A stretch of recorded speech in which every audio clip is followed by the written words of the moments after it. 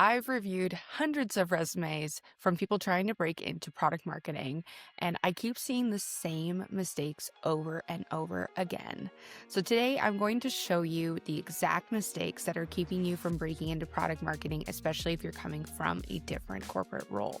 And more importantly, how you can fix them. Okay, let's get started. So some would argue that you need to remove the objective section from your resume altogether, but I believe in keeping it if you are moving from a different corporate role so that it's clear to the hiring manager that you're seeking product marketing roles, even if you haven't had direct PMM experience in the past. So a not so great example might look something like, and we're going to use this resume that's completely made up called Jane Doe.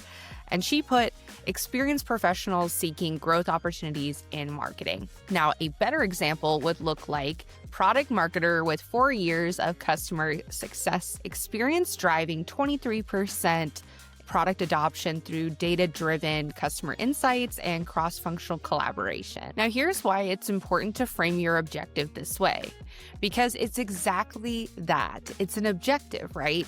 So it's specific and it shows the hiring manager right away why they should keep reading. Everyone, including the hiring managers, have a limited amount of time in the day. Also, ATSs or applicant tracking systems are looking for the right keywords that show that you're a good fit for a product marketing role. A strategic objective like this works twofold. It gives the hiring manager some context versus having them wonder why this sales rep or this customer success manager or content marketer is applying to the role. And two, it's another avenue to pepper product marketing language to get past the ATS. All right, so here's a quick little tip for you. As you can see in Jane Doe's resume, she's listed out the companies that she's worked for in the past and currently, right? We can see here that she's currently working at Acme Tech Solutions. Previously, she worked at Brightline Software, etc. Now, unless you've worked at huge brands that 99% of people are aware of, the hiring manager probably has no idea what these companies do. A very easy mistake that people make that you can fix is just to add a simple line, a few words that describe the company that you worked at to provide a little bit more context for the hiring manager. For example, Acme Tech Solutions could have a very short description next to it that says HR Tech Software. Brightline Software can have a short description that says SMB Recruiting Software.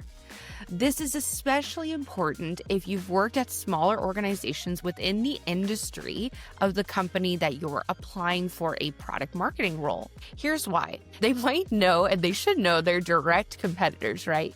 But maybe they don't know about an adjacent company in their industry that is more of a non-direct competitor or maybe even a partner. So take the time, just a couple minutes, to add a short line to give the hiring manager some context on your work experience. Okay, so this third mistake is one that I see very, very often. We got to cover it in detail, and that is product marketing skills translation. This kind of topic about how to take your experience and translate it into product marketing core competencies. So a not great example sounds like responsible for customer onboarding and training. Now, a better example sounds like led customer onboarding strategy that reduced time to value by 35% for more than 200 enterprise clients, directly informing product roadmap priorities and go-to-market positioning. This section is at the heart of my product marketing program, and this is how we translate your experience again from another role like customer success into product marketing core competencies. And what I mean by core competencies, and if you've been on my channel, you've heard this a lot, is areas of expertise that product marketers have that the hiring managers are also meticulously looking for you to demonstrate that you have knowledge in, especially if you're coming from another role. So in this example, you can see that the candidate says something very generic and role specific to being a CSM. So saying something like responsible for customer onboarding and training signals to the hiring manager you're a great fit for a CSM role, but you're trying to break into product marketing, right? So the secret sauce is understanding and asking yourself, how can I translate my experience as a CSM in this example into core product marketing work? We can change it to something like led customer onboarding strategy that reduced time to value, again, by 35%, yada, yada. We already covered it. And so here we're mentioning activities and success metrics PMMs care about and own by most organizations. So we're talking about time to value, which is huge for our customers because that increases satisfaction and reduces churn. We have an actual stat supporting our work, which is 35%, which is ideal because it implies that you're measuring your work closely and proactively. And finally, it speaks to informing the product roadmap and go-to-market strategy and positioning. Again, some core product marketing activities, which are super strategic and very important, and what the hiring manager is looking for. Now, let me just say this loud and clear. This is hard to do, especially if you're just doing research online, basically Googling and ChatGPTing your way from another corporate role. This takes time. These tweaks to your resume are sure to help you land more interviews. However, speaking confidently to your experience and how it makes you a great fit for product marketing, even if you've never had direct experience, is another daunting challenge. If you want to expedite the job search process with an interview coach who can give you assistance on your resume, your portfolio, and your LinkedIn, you can check out the description in this video to learn more about a new special offer for my one-on-one product marketing program. Okay, so mistake number 4 is feature heavy versus outcome focused results on your resume. So staying on the same section of our sample resume, and so sorry, Jane Doe, this is all to help you grow and not to tear you down. But the previous example of a good bullet point also focused on outcomes versus day-to-day responsibilities that come with the job. So let me explain that a little bit further. Product marketing is not a lazy girl or lazy guy job where you can just clock in, clock out, do the bare minimum, collect a paycheck. It's hard work, mainly because every organization I've ever worked at has never been able to define what product marketing does. People just don't know what product marketers do, which is kind of not their fault. PMMs do different things across so many different companies, but here's where you can shine as a product marketer, not only on your resume, but in the role and start to thrive in the role once you get it. You show how the work that you've done drives real business impact. Ideally, product marketers focus on the bottom of the funnel business impacts, like creating sales opportunities for your sales reps, driving revenue, increasing product adoption, etc. The more that you can show this way of thinking on your resume, that you focus on making an impact and not just checking a box, the more likely you'll get interviews, and ultimately the more likely you'll be a rock star PMM. Okay, mistake number 5 you've probably seen everywhere, and that's wrong or too many keywords. So the next section is where I see a lot of aspiring PMMs miss the mark.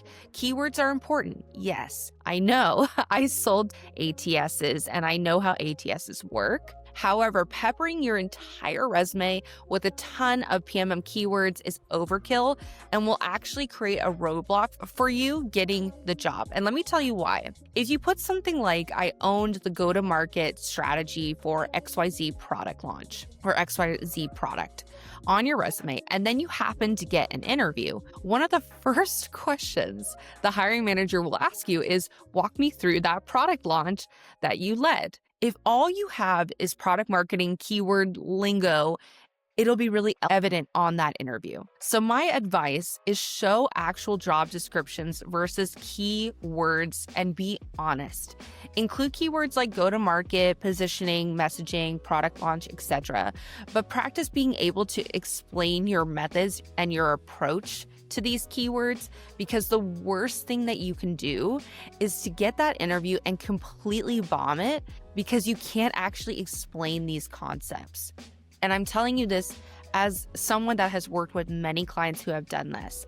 I know it's a very, very tough job market right now, and I feel a lot of empathy for the people that I work with and the people that watch my channel and my community. And I know that you're being told you need to add all these different keywords into your resume in order to get more interviews. That is true. But what is the point of getting an interview and then the first question or the second question that the hiring manager asks you is to explain different things that are on your resume and you can't?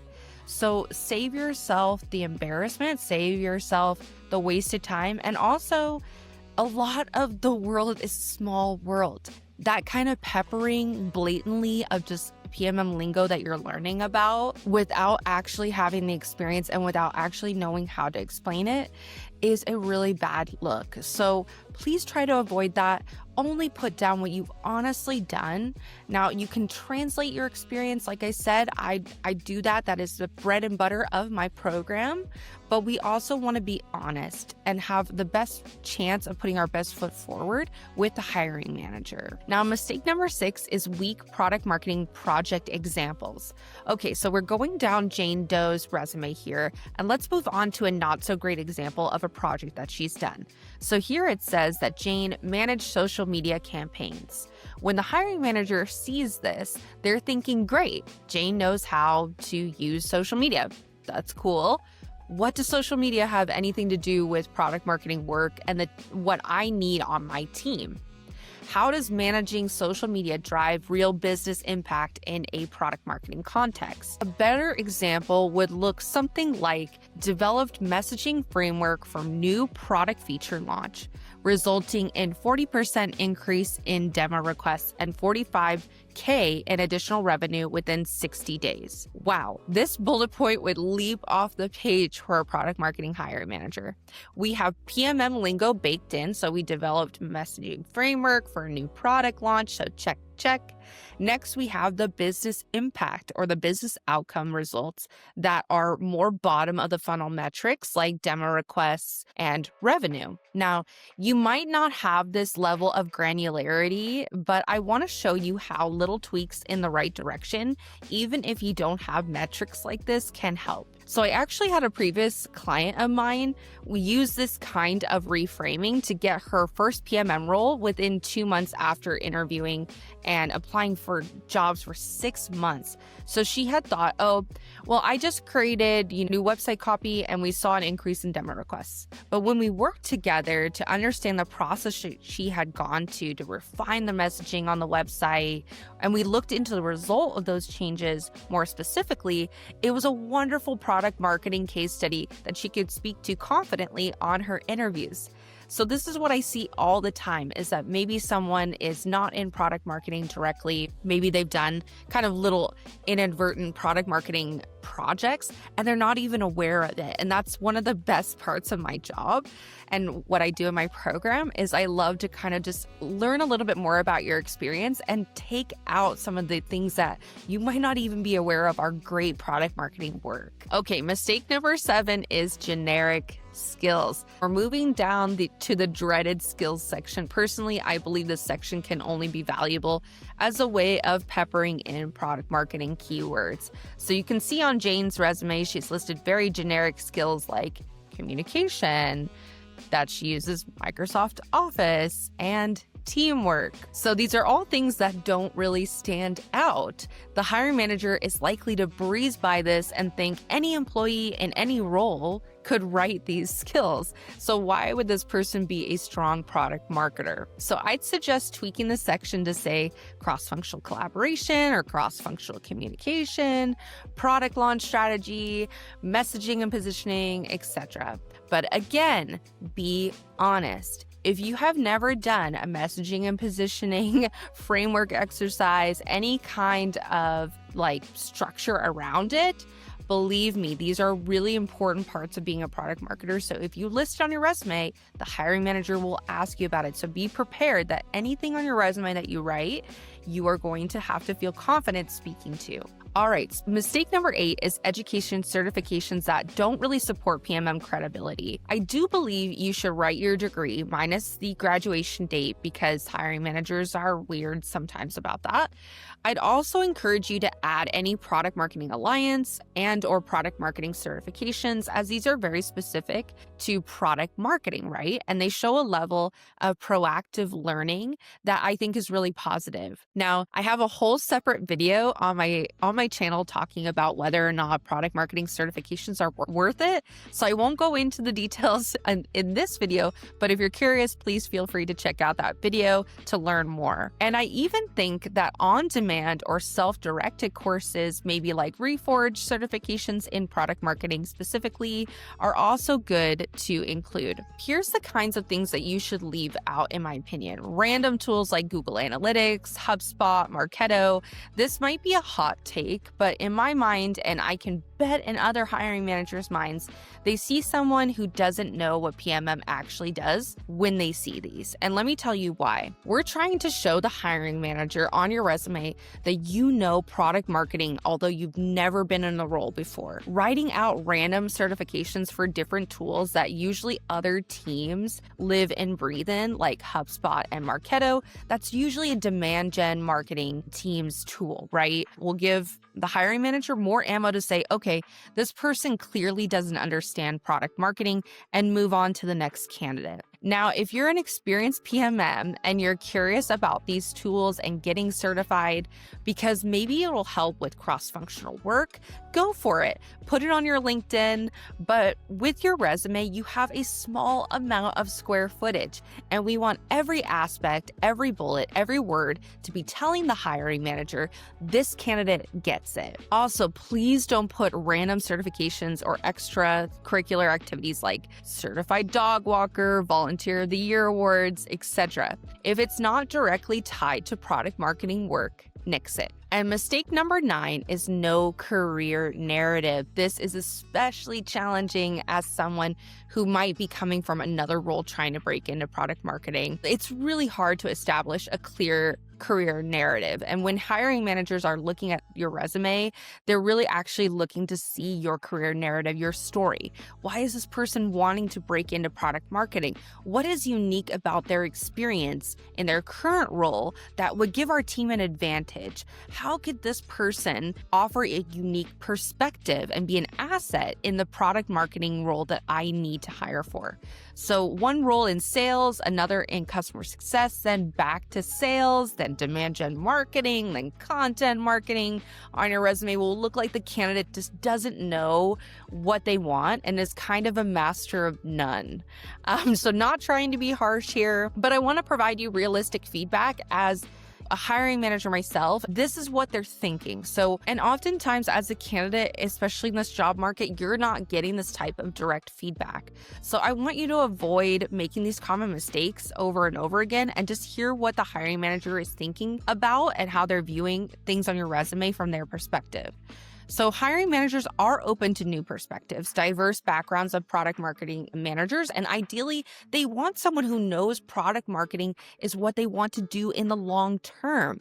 Learning to tell your story, the story of your experience, and how it got you to the realization that product marketing is the perfect, fit for your skill set is how you, one, demonstrate a core competency of product marketing, which is storytelling. And 2, how you convince the hiring manager every experience was just a stepping stone to a more rewarding career in product marketing. And that wraps up the most common resume mistakes I see aspiring PMMs make and how you can avoid them. If you're serious about making the transition, I'd love to help you. I offer one-on-one interview coaching, resume and LinkedIn profile optimization, and a comprehensive on-demand program that covers everything from translating your current experience to nailing the interview process.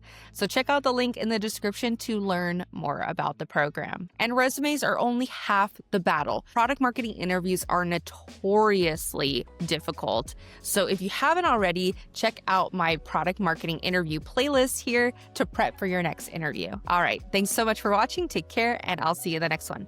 Bye.